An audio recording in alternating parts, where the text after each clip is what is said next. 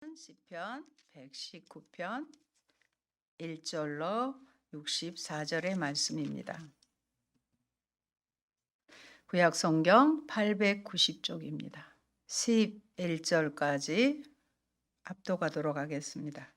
행위가 온전하여 여호와의 율법을 따라 행하는 자들은 복이 있음이요 여호와의 증거들을 지키고 전심으로 여호와를 구하는 자는 복이 있도다. 참으로 그들은 불의를 행하지 아니하고 주의 도를 행하는도다. 주께서 명령하사 주의 법도를 잘 지키게 하셨나이다. 내 길을 굳게 정하사 주의 율례를 지키게 하소서. 내가 주의 모든 계명에 주의할 때에는 부끄럽지 아니하리이다. 내가 주의 의로운 판단을 배울 때에는 정직한 마음으로 주께 감사하리이다.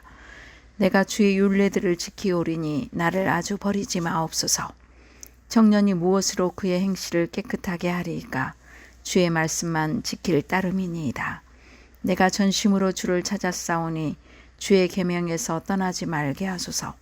내가 주께 범죄하지 아니하려 하여 주의 말씀을 내 마음에 두었나이다. 아멘. 예수님은 나의 주와 그리스도이십니다. 오늘 우리에게 주신 말씀 시편 119편 1절로 64절이고요. 말씀을 준수하는 자가 복되도다. 말씀을 준수하는 자, 지켜 행하는 자가 복되도다라는 말씀의 제목으로 설교하겠습니다. 오늘 돌아보니 창조적 묵상 설교 50번째 설교입니다. 요한계시록 설교까지 하면 올해 70회 편을 하였습니다. 녹화한 게 그렇다는 겁니다. 올해 들어 코로나 때문에 온라인 예배를 병행하면서 영상으로 설교를 녹화하고 싶은 마음을 주셨습니다. 그래서 창조적 묵상 설교 연수를 듣고 실행을 하기로 하였습니다. 가장 먼저 영상 전문가가 필요했습니다. 그런데 하나님은 숨은 보물을 발견하게 하셨습니다. 제 딸이 전문가였습니다. 대학 4년 동안 팀 과제를 하면서 늘 마지막은 과제물을 작성하여 제출하는 것이 딸의 몫이었습니다. 저는 밤늦게까지 팀 과제와 씨름하는 딸에게 왜 너만 짐을 맨날 져야 하냐고 투정을 하였는데 이렇게 쓰임 받도록 훈련하신 것입니다. 모든 예배가 하나님 앞에서의 예배이지만 영상 녹화로 기록을 남기다 보니 더 신중하게 되었습니다. 때로는 제 안에 있는 것이 바닥이 난 심정으로 힘들기도 했지만 50회까지 하게 하심이 감사합니다. 그만해라, 듣기 싫다, 제쳐두지 않으신 사랑에 더 감사하며 다시 도전을 합니다. 기독교 개혁주일의 주제가 말씀으로 돌아가자, 성경으로 돌아가자입니다. 저의 목회 방향도 말씀 순종하여, 말씀 묵상으로 순종하여 복을 받자입니다. 저도 이제는 노년기에 접어들다 보니 말씀의 순종함이 형통인 것을 주변뿐만이 아니라 저 자신을 통해서도 알 수 있습니다. 말씀 묵상을 하고 단톡방에 오늘 나에게 주신 말씀을 올리다 보니 안 하면 금방 표가 납니다. 그러면 개인톡에 말씀 올리라고 퇴근을 합니다. 제 과거 경력이 교사였거든요. 그리고 좋은 것은 결코 그만두거나 뺏기거나 하고 싶지 않습니다.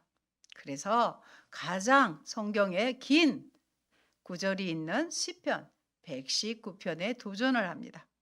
시편 119편 하면 떠오르는 구절이 주의 말씀은 내 발의 등이요 내 길의 빛이니이다.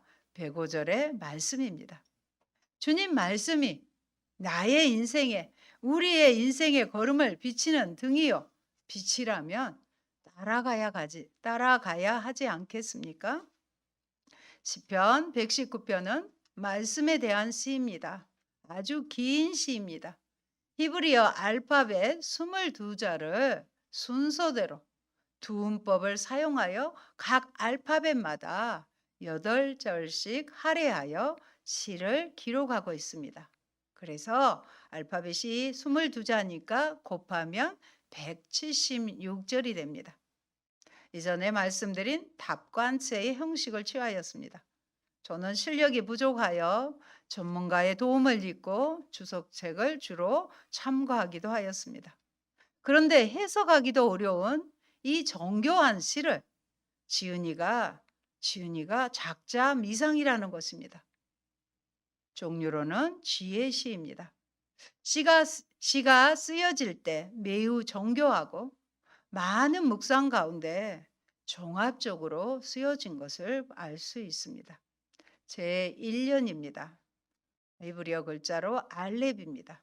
말씀을 따르는 마음, 당연히 8절까지의 말씀의 내용입니다. 히브리어는 첫 단어가 복이라는 명사입니다. 인생의 복의 기준이 되는 여호와의 법에 대해 노래하고 있습니다. 복이라는 단어는 직역하면 행복한이라는 의미로 더 많이 사용하는 단어입니다. 우리는 진리의 길을 가는 것이 선하고 복된 것인지를 알고 또한 행복한 일이기도 하다는 것을 알아야 합니다. 물론 진리의 길을 가는 것이 성경을 보는 것만은 아닙니다. 성경은 우리에게 빛을 비추어 주는 것이지 삶 자체는 아닙니다. 성경을 읽어야 우리의 삶에 빛이 비추어서 바르게 사는 것이기에 성경을 읽는 것이 우리의 가장 큰 기쁨이 되는 것입니다. 그러므로 성경을 읽는 것을 복으로 알고 여러분은 기쁨으로 아십시오. 여호와 율법을 즐거워하여 주야로 묵상하는 자가 복 있는 자입니다. 요한복음의 로고스 말씀이신 예수님을 사랑하는 것은 그분의 말씀을 읽고 지키는 자인 것입니다. 2절 말씀에 여호와의 증거들을 지키고 전심으로 여호와를 구하는 자는 복이 있도다 이렇게 기록됩니다. 여호와의 말씀을 지키는 것을 여호와를 구하는 것으로 동일하게 여기고 있습니다. 하나님을 사랑한다면 말씀을 사랑하고 말씀을 지키게 됩니다. 말씀을 지키는 일에 어떻게 지켜야 되느냐? 전심으로 지켜야 합니다. 그런데 말씀을 사랑하는 일에 전심이 아닌 것이 참으로 안타깝습니다. 사람들이 말씀 따로, 믿음 따로, 삶 따로인 것을 많이 봅니다. 이런 모습이 다른 사람들, 특히 자녀들에게, 다음 세대에게 실족함을 주었다면 연자 맷돌이라도 목에 매야 되지 않겠습니까? 그래서 시인은 하나님을 향한 간절한 소망을 말합니다. 5절에 내 길을 굳게 정하사 주의 율례를 지키게 하소서.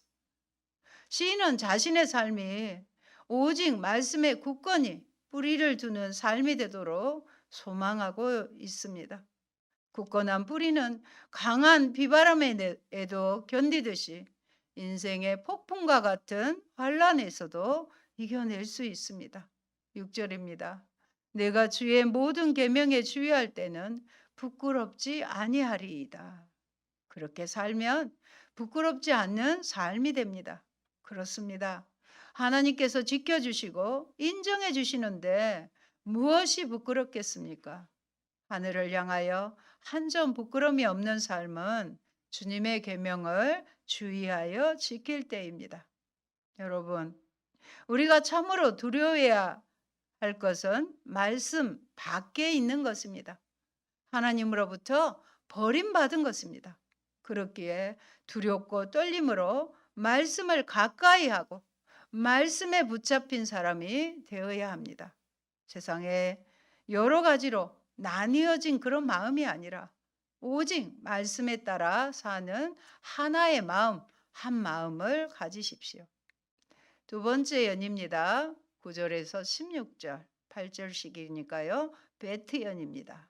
행실의 기준이 되는 여호와의 말씀이 주제입니다. 흔히 베트연이라고 말하는 이 두 번째 연의 주제는 가장 소중한 것, 보물입니다. 이 연은 특이하게 질문으로 시작합니다. 청년이 무엇으로 그의 행실을 깨끗하게 하리이까 주의 말씀만 지킬 따름이니이다. 여러분, 우리는 어떻게 살아야 거룩한 삶을 살 것인가를 늘 고민해야 합니다. 죄로부터 자신의 삶을 보호하는 것이 가장 중요한데요. 그렇게 보호해 주는 것은 오직 말씀임을 고백하고 있습니다. 그래서 말씀이 우리의 보물 1호가 되어야 합니다. 11절에 내가 주께 범죄하지 아니하리 하여 주의 말씀을 내 마음에 두었나이다고 고백합니다. 우리가 죄짓지 않는 것은 뭐냐? 내 마음에 주님의 말씀이 있을 때입니다. 여기서 두었나이다로 번역한 동사는 모세의 어머니 요게벳이 아들을 낳아 그가 잘생긴 것을 보고 석 달을 숨겼습니다. 그럴 때 여기에서 숨겼다라는 말의 뜻입니다. 보물처럼 어떻게 해요? 아주 귀하고 보물처럼 소중하게 간직한 것입니다. 여러분, 사람이 주께 범죄하는 이유가 무엇입니까? 말씀에 무지하여 죄를 짓습니다. 그러나 몰랐다고 죄가 합리화될 수 없습니다. 예전에는요, 아무렇지도 않고 애교로 보았음직한 우리가 흔히 보는 농작물 채취나 조금 이렇게 뭐 서리하는 거나 산의 지천으로 버려진 약초들에 손을 대면 사유지 보호법에 걸려서 100.25 법정에 간다는 소식을 들었습니다. 어떤 사람이 도로변에 개 복숭아가 있어서 약으로 쓰려고 채취하여 설탕에 절여두었는데 어떤 사람이 신고를 해서 100.25 법정에 불려가고 벌금도 내게 되었다고 합니다. 그것뿐만이 아니라 집에 있는 이미 설탕에 절인 개 복숭아까지 반납하면서 억울해서 설탕값과 그릇값을 돌려받았다는 우픈 이야기도 들었습니다. 몰랐다고 죄를 면제해 주는 것은 아닙니다. 주의 말씀처럼 주의 말씀을 지킬 때 죄 짓지 않는 깨끗한 행실을 할 수 있습니다. 그러므로 15절의 말씀처럼 내가 주의 법도들을 작은 소리로 읊조리며 주의 길들에 주의하며 이 말씀처럼 말씀을 마음에 잘 간직할 수 있도록 많이 읽어야 되는 것입니다. 또 묵상하고 실천해야 합니다. 지는 내가 모든 재물을 즐거워함 같이 주의 증거들의 도를 즐거워하였나이다. 14절에 고백합니다. 그러므로 말씀을 더 소중히 여기고 기쁘게 여기고 가장 큰 재산이 나의 재산이 되게 해야 합니다. 베드로와 요한의 고백처럼 은과 금은 없어도 하나님이 말씀이 있어 우리 교회가 복된 교회가 되었으면 합니다. 마지막 순간까지 날마다 말씀과 씨름하고 말씀을 바르게 전하고 실천하기 위해 힘쓰는 교회가 되기를 기도합니다. 그리고 저를 위해 말씀을 바르게 전하도록 늘 기도해 주시기 바랍니다. 세 번째 연입니다. 김멜 연이고요. 24절까지입니다. 내 눈을 여소서. 오늘 본문은 첫 글자가 모두 히브리어 김멜이라는 자음으로 시작합니다. 그래서 김멜연이라고 합니다. 세상의 조롱과 해방에도 불구하고 말씀에 매달리고자 하는 시인의 경건한 열심이 토로됩니다. 이 문장의 히브리어 첫 단어는 후대하소서입니다. 시인은 하나님께 자신을 후대해 달라고 간구합니다. 후대는 젖을 떼다라는 의미로 젖을 뗀 성숙한 신앙인이 되도록 기도하고 있습니다. 내 눈을 열어서 주의 율법에서 놀라운 것을 보게 하소서. 익숙한 말씀이죠. 18절입니다. 시인은 말씀에서 놀라운 것을 붙잡을 수 있도록 눈을 열어달라고 기도하고 있습니다. 말씀은 우리의 삶을 영광의 길로 인도합니다. 말씀 한 구절 한 구절이 한 사람의 인생을 바꾸기도 합니다. 그래서 오늘 나에게 주시는 말씀을 여러분은 꼭 붙잡아야 합니다. 모든 사람에게 참으로 놀라운 말씀입니다. 여러분, 말씀을 더 많이 지키는 삶이 진정 가장 복된 삶이라는 것을 알고 있습니까? 오늘 주신 말씀 가운데 놀라운 보물을 발견하시길 바랍니다. 시인은 20절에서 주의 규례를 항상 사모함으로 내 마음이 상하나이다 하고 고백하고 있습니다. 그의 영혼이, 이 말은 조각조각 나서 부서지는 것처럼 기진하고 쇠약해져 있다는 것입니다. 말씀을 사모하여 그의 존재, 그의 전 마음이 탈진할 정도로 말씀을 사모한다고 말하고 있습니다. 말씀을 알기 위해, 지키기 위해 탈진할 수 있어야 합니다. 우리를 구원하시기에 우리 주 그리스도께서 죽기까지 순종하셨고 십자가까지 지셨는데 감히 그 앞에서 어찌 힘들다 할 수 있겠습니까? 말씀을 사모하여 기진맥진할 정도까지 해야 하지 않겠습니까? 이 같은 말씀에 대한 애절함과 진실함이 여러분에게 있습니까? 영적인 일을 위해 말씀을 따르고 순종하기에 모든 것을 다 바칠 준비가 되어 있습니까? 여러분의 가슴이 아릴 정도로 말씀을 사랑하는 열의가 있습니까? 이 같은 물음에 진실함으로 적극적으로 대답할 수 있는 자만이 참으로 하나님의 사람이며 말씀의 사람입니다.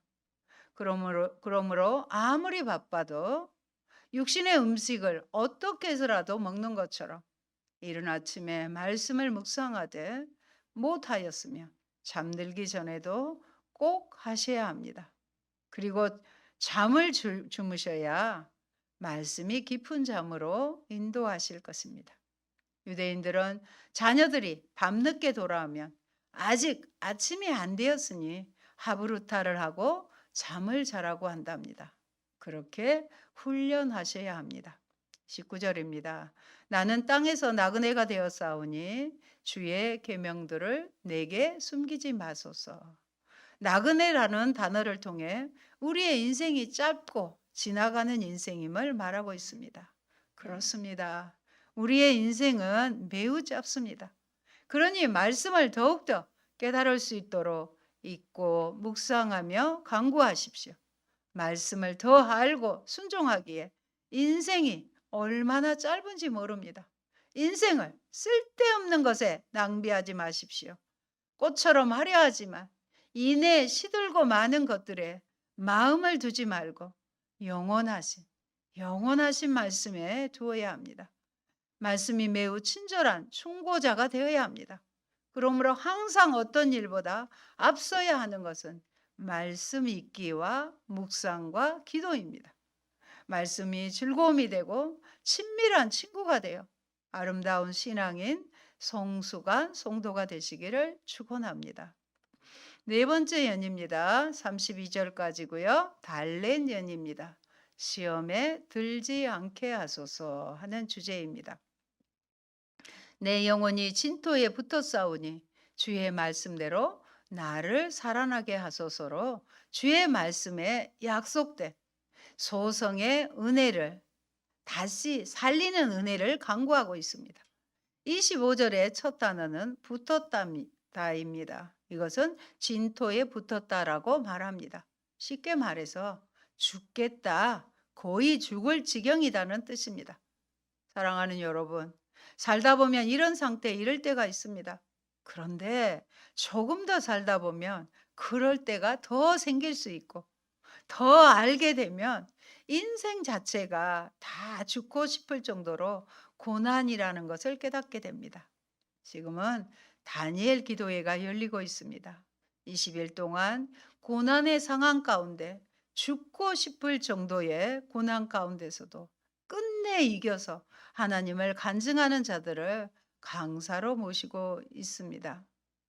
내가 주의 증거들에 매달려 싸우니 여호와여 내가 수치를 당하지 말게 하소서. 31절이죠. 첫 단어는 매달려 싸우니, 이 말씀은 말씀을 강하게 붙잡는다고 말합니다. 상황은 죽을 지경이지만 바로 그곳에서 그 고난의 현장에서 말씀을 강하게 시인은 붙잡았습니다. 룻이 시어머니 나오미를 떨어지지 않으려고 붙쫓아 갔다는 의미와 같습니다. 어떻게요? 강한 접착제로 떨어지지 않게 하는 의미라는 것입니다. 26절, 27절 함께 읽겠습니다. 내가 나의 행위를 아뢰매 주께서 내게 응답하였사오니 주의 율례들을 내게 가르치소서. 나에게 주의 법도들의 길을 깨닫게 하여 주소서. 그리하시면 내가 주의 기이한 일들을 작은 소리로 읊조리이다. 아멘. 시인은 그 상황에서 말씀을 깨닫게 해달라고 기도합니다. 말씀에 매달리기 위해 여러분들도 성경을 읽으십시오. 말씀을 모르면 뜬구름 잡는 헛되고 헛된 인생이 될 것입니다. 말씀을 지키는 그 길을 힘있게 달려가야 하는 것입니다. 5번째 연입니다. 해연이라고 하고요. 40절까지입니다. 도를 내게 가르치소서. 이 연에는 명령형 동사가 무려 9개가 등장하며 그 중에 7개가 행의 첫머리에 위치하여 강구적인 간절히 기도하는 분위기가 압도적입니다. 주의 도와 계명을 가르치실 것과 주의 법도를 사모하는 자에 대한 보호와 격려를 강구하고 있습니다. 33절에 도를 내게 가르치소서. 이 말씀은 율례, 율법, 판결들을 가르치다라는 표현들과 같이 말씀을 깨닫게 해주시라는 강구입니다. 여기서 율례들의 도는 율례들이 지시한 바를 가리킵니다. 하나님께서 영안을 열어주셔야 말씀을 깨닫고 준행할 수 있게 됩니다. 그래서 말씀을 묵상할 때 내 눈을 열어 주의 법의 기이함을 놀라움을 알게 하소서 하고 기도해야 하고 묵상 중에도 영안을 열어주시기를 구하시기 바랍니다. 36절에 내 마음을 주의 증거들에게 향하게 하시고 탐욕으로 향하지 말게 하소서. 탐욕은 불법적인 소득을 말합니다. 불로소득이나 불법적으로 취할 수 있는 이득 때문에 말씀은 무시됩니다. 그래서 시인은 그런 부당한 이들이 아니라 말씀에 주목하게 해달라고 강구합니다. 성경에 나오는 삭개오는 예수님을 만났지요. 그리고 자신의 재산을 절반이나 나눌 수 있었기에 그 집안에 구원이 이르게 되었습니다. 물론 예수님을 만나야 구원받는 것이죠. 그 말씀에 오해 없기 바랍니다. 여러분, 헛된 재물이나 뇌물은 사람의 눈을 어둡게 합니다. 허탄한 것은 우상들을 의미할 수도 있습니다. 우상을 좇는 자들은 절대 기준이 없기 때문에 불법적인 이득도 마다하지 않습니다. 시인은 원수의 회방을 두려워합니다. 회방은 말로만이 아니고 폭력을 때로 동반하기도 하기 때문인 것입니다. 6번째 연, 아부연입니다. 48절까지의 말씀입니다.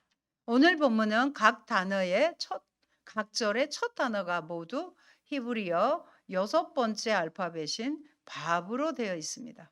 이 단어는 혼자 의미를 가질 때는 그리고 접속사의 의미입니다. 오늘 본문에서는 모두 다 그리고라는 의미입니다. 계속 그리고 또 그리고 이렇게 반복되고 있습니다. 오늘 본문은 미래에 대한 희망과 자유로 가득합니다. 41절 여호와여 주의 말씀대로 주의 인자하심과 주의 구원을 내게 임하게 하소서. 하나님의 말씀이 있어 그는 진리의 길을 갈 수 있었고 하나님께 사랑과 헤세드라 가지요. 사랑과 구원을 자신 있게 구하고 있습니다. 인자는 언약에 근거한 사랑을 인자라고 합니다. 여기서 이 언약 사랑은 구원과 동의어 혹은 구원의 근거로 제시되었습니다. 43절은 주의 판결을 소망하는 것은 그분의 의로운 통치가 현실화되기를 바라는 기대입니다. 율법의 준수야말로 언약 백성의 표시입니다. 우리도 대한민국의 헌법을 지켜야 국민이죠. 구원을 여는 방편으로 율법을 주신 것이 아니라 구원받은 언약 백성을 이방인과 구별 혹은 성별시키기 위한 목적이었습니다.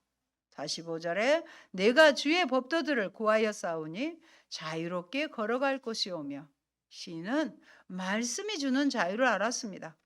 어떤 사람은 말씀이 자신을 힘들게 하고 올가맨다고 생각합니다. 그러나 그것은 그가 죄의 영역에 있기 때문에 그렇습니다. 여러분도 그렇다면 아직 우리가 죄에서 자유함을 못 얻은 것이에요. 말씀은 우리를 자유하게 합니다. 말씀을 알면 당당하고 자유하게 됩니다. 그래서 행복합니다. 진리를 알지니 진리가 자유케 하리라고 했습니다. 진리는 변함이 없는 하나님이 말씀입니다. 말씀 안에서만 진정한 자유함이 있습니다. 마지막 7년입니다. 마지막 아니네요. 56절까지 말씀을 통한 소망과 위로의 기쁨과 말씀 사랑의 열정을 토로합니다. 자인연이라고 합니다. 대부분의 동사들이 완료형으로 되어 있습니다. 지금까지 시인에게 완료형의 의미를 아시죠? 하나님의 말씀이 어떤 의미였는가에 대한 회고적인 고백이 주류를 이루고 있습니다. 세 개의 행의 머리에 기억하다 라는 동사가 사용돼서 드러나듯이 기억의 연이라고도 합니다. 여호와께서 시인이 소망한 그 말씀을 기억해 주시라고 기도하고 있습니다. 49절이고요. 하나님의 기억하심은 언제나 하나님의 행하심을 수행하기 때문입니다. 성경에도 그렇잖아요. 하나님께서 기억하셨더라. 그리고 나면 반드시 하나님의 행하심이 나옵니다. 또 시인은 자신이 기억했다고 고백합니다. 그러나 시인은 하나님의 말씀이 시인 자신의 구원과 은총의 보증이 됨을 확신했어요. 그래서 하나님의 말씀을 기억해 달라고 간구하고 있습니다. 주의 말씀, 약속이 있다면 고난 중에도 출구할 수 있습니다. 여러분도요, 기도하다가 하나님께서 말씀을 떠오르게 하면 그 말씀을 붙잡으시면 되는 거예요. 그래서 아무리 힘든 일이 있어도 이 말씀대로 이루어지실 것을 확신하시기 바랍니다. 어제 저녁에도 저도 하나님의 말씀으로 많은 위로를 저에게 주셨습니다. 말씀으로 자신에게 소망을 주셨다는 사실입니다. 말씀의 위로 때문이라고 고백합니다. 50절에 보면 소망 중에 즐거워하며 환난 중에 참으며 기도에 항상 힘쓰는 모습이야말로 우리의 성도의 아름다운 모습입니다. 52절에 옛 규례가 나오는데요. 옛 규례란 하나님께서 이전에 정하신 그 판단들, 곧 그분의 통치를 위한 원리를 말합니다. 주의 율법을 버렸다는 것은 하나님과의 언약을 배교했다는 것입니다. 상징적으로 고난을 지시해야 한다면 시인은 고난의 때에 주님을 기억하고 율법을 준수했다고 고백하는 것입니다. 나그네 사리에도 변치 않는 말씀 사랑과 말씀을 지킨 자로서의 긍지를 토로합니다. 시인은 악인들을 인하여 불타는 분노에 사로잡혔다고 하는데 사적인 원한으로서가 아니라 하나님의 말씀에 대한 열정, 즉 이들이 하나님의 거룩한 말씀을 무시하고 짓밟는 자들이기 때문이라는 것입니다. 말씀에 대한 열정으로 말미암아 주체하지 못할 정도의 분노에 사로잡혔음을 생생하게 표현하고 있습니다. 자신의 인생을 의지할 곳 없고 공고한 나그네 여정으로 비유하면서 이러한 인생에서 하나님의 말씀이 자신의 기쁨과 행복이 되었음을 표현하고 있습니다. 이러한 삶이 삶의 구심점이며 전부이다고 고백합니다. 마지막 연입니다. 오늘의 말씀의 제8년으로 헤트연입니다. 64절까지입니다. 주제는 여호와를 분깃으로 삼은 자, 주를 따르는 모든 자의 동무로서의 말씀, 사랑의 열정을 토로하고 있습니다. 여호와를 분깃으로 삼은 자로서의 말씀 사랑의 결단과 간구입니다. 시편 119편의 22개 연들 중에서 행의 머리에 동일한 단어가 반복되지 않은 연은 5개인데요. 그 5개 연 중에 헤트 연이 처음입니다. 처음 7행 모두 신이 주어였다면 마지막 행에서는 주어가 신이 아니에요. 여호와의 인자고 여호와께서 시인을 가르쳐 주시라고 간구합니다. 여호와는 나의 분기지시니 산업이시니 나는 주의 말씀을 지키리라 하였습니다. 하나님을 기업으로 삼는 자들이 기대할 수 있는 하나님의 보호하심과 은총이 시인에게 반드시 주어져야 함을 드러내고 있습니다. 여러분, 레이인에게는 영지가 주어지지 않고 기업이 주어지지 않았죠. 오직 지파들의 영지에서 바쳐지는 11조가 저들의 수입이었습니다. 이런 점에서 볼 때 아마 시인은 119편의 시인은 레이인일 가능성이 있습니다. 57절의 말씀에 근거합니다. 레이인은 언약의 말씀을 맡아 가르치는 자들이었습니다. 58절에 구하다는 전심으로 마음을 오로지 하여로 시인이 하나님께 매달릴 수밖에 없었던 급박한 상황에 있었음을 나타냄과 동시에 그가 얼마나 열정적으로 간구했는가를 보여주는 것입니다. 악인의 줄들은 줄, 또 찾고 또 덫을 의미합니다. 그런데 이것들이 두루 얽혔다는 말은 둘러싸다라는 의미입니다. 시인은 자신이 스스로의 힘만으로는 결코 빠져나올 수 없는 치욕과 수욕, 목숨의 위협을 받는 심각한 정황에 처해 있음을 표현하고 있습니다. 그럼에도 주의 말씀대로 나를 긍휼히 여기소서 하고 간구합니다. 여기서도 시인은 자신의 공로가 아닌 하나님의 선하신 성품에 근거하여 구원의 은총을 호소하고 있습니다. 64절입니다. 여호와여 주의 인자하심이 땅에 충만하여 싸우니 주의 율례로 나를 가르치소서. 아멘.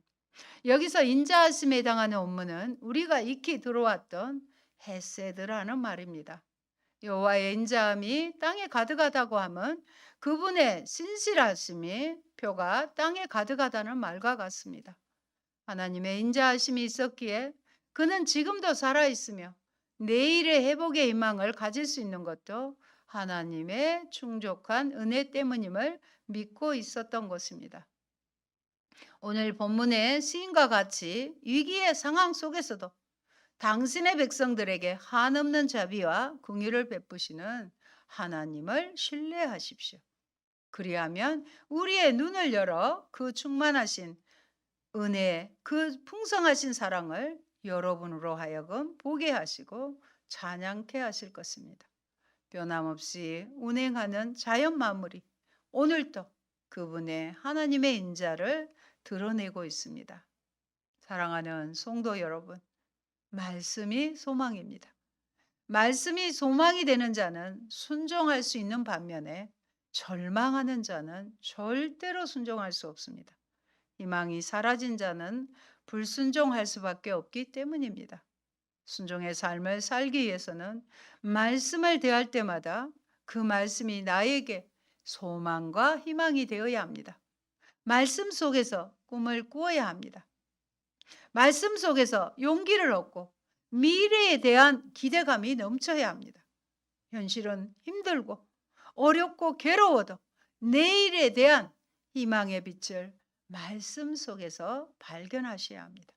세상이 뭐라 해도 하나님의 말씀에서 결코 떠나지 마십시오. 하나님의 말씀은 사람이 의지할 영원한 약속이며 능력인 것입니다. 그러므로 인생의 어두운 때도 저와 여러분은 감사할 수 있는 여러분들이 되시기를 간절히 바랍니다. 아멘. 좋으신 아버지 감사합니다. 주의 말씀이 이렇게 소중한 것을 119편의 긴 하나님의 말씀을 통하여 우리에게 말씀하여 주시고 깨우쳐 주시니 감사합니다. 3번에 걸쳐서 이 말씀을 전하려고 합니다. 저도 어렵습니다. 하나님 지혜의 눈을 열어주시고 우리 성도들에게 이 말씀을 듣는 이들에게 영의 눈을 열어주셔서 주의 법에 기이한 것을 놀라운 것을 깨달아 말씀을 지키는 자가 되도록 주님 늘 은혜를 베풀어 주시옵소서. 예수님 이름으로 기도합니다. 아멘.